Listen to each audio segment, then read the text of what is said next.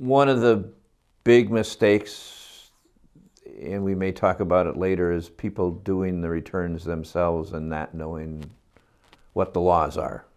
So they miss out on a lot of stuff.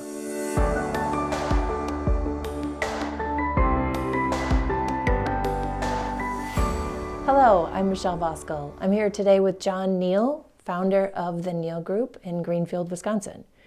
We are going to be talking a little bit about tax prep and early action with you. John, what are the top mistakes people make when filing taxes last minute? One of the biggest mistakes is that they're in a hurry, so they just rush through things. They forget about deductions that may be available to them. They forget about income because they didn't get a slip, 1099 from the government, and they don't check their math. So they make mistakes, just simple mistakes, and sometime in the summer or the fall they get a letter from the IRS going, hey, you made a mistake, you owe us money, or possibly you get a refund. So when they make mistakes like that, how does it end up costing them money? Well, if you don't take a deduction, you lose out on the deduction, so that costs you either you pay more taxes or you get less of a refund. If you forget to report some income, the IRS will send you a letter, usually the next year, saying you forgot to report dividends or maybe a W-2 because you had several jobs, and then they tack on interest and penalties. So both ways cost you money.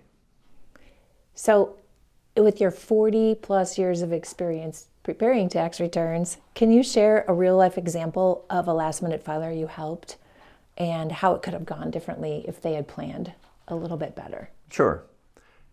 As a rule, we sit down with clients after we've prepared the return and go through things for tips on how to reduce your taxes.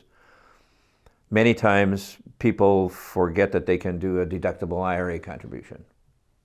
You have until April 15th to do it. So we're sitting down on April 12th saying, hey, if you contributed $5,000 to an IRA, you could save $1,500 in taxes. And they go, I didn't know I could do that. When you talked about just individuals doing those IRA contributions, what about small businesses? When they do things in a hurry, what can they miss? A lot of times businesses miss out on things like setting up a retirement plan. Either it's just them or they have one or two employees. They're still allowed to set up a retirement plan. Even if you have a W-2, what I'll call a day job, you can still have your own retirement plan for your own business. They forget about that. And a lot of times it's a significant deduction that will save them a lot of money. I think sometimes they don't just forget about it, they don't even know about it, especially in some cases when we get new clients here True. At the Neal Group. So how does the Neal Group prevent panic mistakes for clients during tax season? We like to plan ahead with our clients throughout the year. So in 2025, we would be talking, especially to our business clients, about things that they can do. We have checklists that they can use and that we use to make sure that they're taking advantage of all the strategies and deductions that are available. And just by that communication with our clients, we can help them get the best possible outcome. Right. So my role here is I prepare a lot of the tax returns that come through, and I do the same thing you just said, is I email clients, I send them checklists, I ask them a lot of questions, because sometimes people don't use the checklist, but True. We do the best we can. So John, is there anything else you'd like to talk about as far as mistakes people make? One of the big mistakes, and we may talk about it later, is people doing the returns themselves and not knowing what the laws are. So they miss out on a lot of stuff.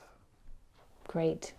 Well, that's all we have for today on mistakes for filing taxes last minute.